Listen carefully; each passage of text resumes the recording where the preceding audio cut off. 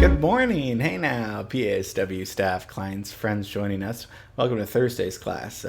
We're pretty much through the week and we've learned a lot. We've looked at a lot of people. We've done a lot of good work. Tomorrow's film scoring results for Back to the Future. That's going to be great. I'm very, very excited to share that with you tomorrow. We looked at Marni Nixon on Tuesday, the great singer that dubbed all of those actresses. And then we got sexy with the tango and Astor Piazzolla's music. So I kind of recap just because in case you missed out on classes, they're always up and you can always go back and take a look at them. So that's one of the reasons why I do that. And it also kills some time too. Now I'm teasing. Today we're going to be talking about a subject and a person I never thought I would ever really talk about, much less do a class about. But having read in different books over the last few weeks and months, it always kind of came back to me. I was like, boy, this guy really had an amazing life, a rags to riches life. I mean, literally was so poor and then ended up reinventing, or rather inventing, something in Hollywood and in the world that is still being used today. And I just thought it would be really fun to share his story a little bit. Today we're going to be talking about the makeup artist Max Factor.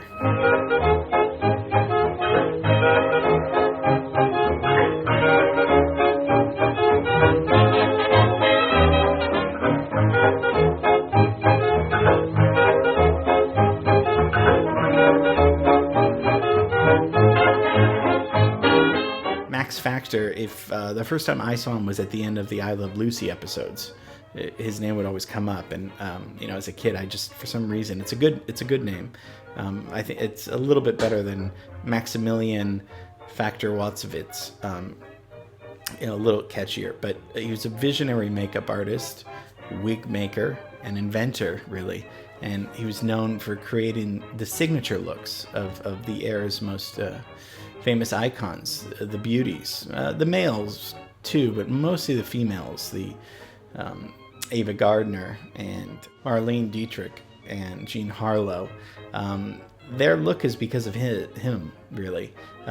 And he believed that glamour should be within reach of all women. So he was a ladies' man. I mean, in a different way, in a way that he thought if glamour is available, glamour should be used and makeup should be used. He coined the term makeup. It wasn't called makeup before. It was cosmetics. And makeup was kind of attributed to kind of just the kind of raunchy theater thing. But he, yes, I'm going to say it again, elevated and made it something. He coined the phrase makeup. So, this guy was poor. He came from Poland, 1877, 10 kids. He was too poor to read and write, but he did help work at the Russian Opera and get a lot of experience when he was, even at the age of 9, he was apprenticed to a wig maker in Poland. And he also worked on cosmetics for Russian nobility. So he kind of had a cool job, but he was a slave there, he said. And he was kind of used as a slave to make royalty look great with wigs and makeup and all this stuff. But he wanted to get out of there.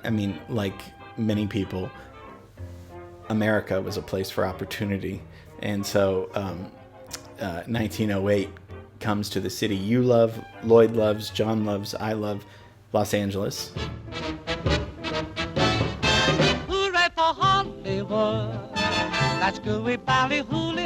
And opens up his own little makeup place, barbershop, makeup, and in South Central actually. There's just a neighborhood there now, but over 100 years ago, I guess there was maybe a little village or something, but South Central, and then he kind of opens it up, and again, perfect timing and luck. Meets Charlie Chaplin, Fatty Arbuckle, people in the movie business. And this is very early, we're not at the feature film length yet. People are making reels and gags right now. And he starts kind of making a name for himself because he realizes this is what I mean by good timing. This is when people need a different kind of makeup. So we've looked at we looked at the taboo of being an actor on film. That was very lowbrow. You did theater. But then when movies became a little bit more cooler, for lack of a better word, people were like, okay, maybe this thing is a legitimate business we can be in. And they didn't have the makeup. They had makeup for the stage. But this kind of makeup for the stage this was fine because the audience was way away from the seats. But now that you have the camera and the close-up or whatever, the makeup would crack, and it would make their faces look clownish, and you could see all of the imperfections. And we just can't have any of this. So he invents something called flexible grease paint. This is his genius to Hollywood, and also, I say the world because the whole world looks at Hollywood. They still look at Hollywood. TMZ, you wouldn't have that. We're always looking at Hollywood, for better or worse. And that's where people sometimes get their influences. So he did change the world in that way. So with flexible grease paint, he was able to make the actors look more like human beings on the camera. So again, they needed him, and it was great timing for him to. And it took a lot of work. Hours and hours of in the back of his studio. And he had a few different businesses after South Central. He moved to downtown and Hill Street. And he worked so hard on his craft to get what the actors needed on screen. Not just it started with the makeup, but then also with the hair and with wigs. And with Cecil B. DeMille's Squaw Man, they needed Indians. And so he would actually use human hair wigs.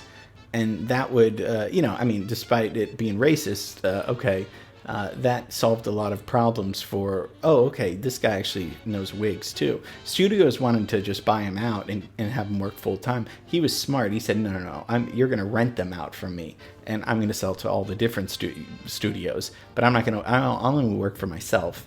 And made him one of the first multimillionaires in Hollywood.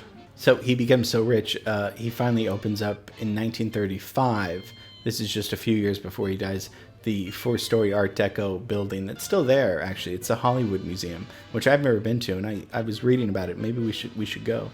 And it's at 1660 North Highland, and that whole buildings is used for his makeup and his products, and there were different rooms that you could go in, and they had the lighting already there for you to try out the products. There's so many other little things, makeup inventions that he came out with. He was the beginner. He started this whole thing and made everybody glamorous, from Jean Harlow's platinum hairstyle to Clara Bow's bob to Lucille Ball's false eyelashes and her red curls. And made it a family business. His son came in and quickly changed his name to Max Factor Jr., and the business is still owned by the Max Factor family. So I just thought it was interesting to see this. So he dies in 1938, but he wins an Oscar in 1929 for Best Makeup. And I just thought it's interesting to see the development of cinema. We've talked about the cameras and the directors and the people that were responsible in the early 20th century of movie making. Well, so much of this is how people look, obviously.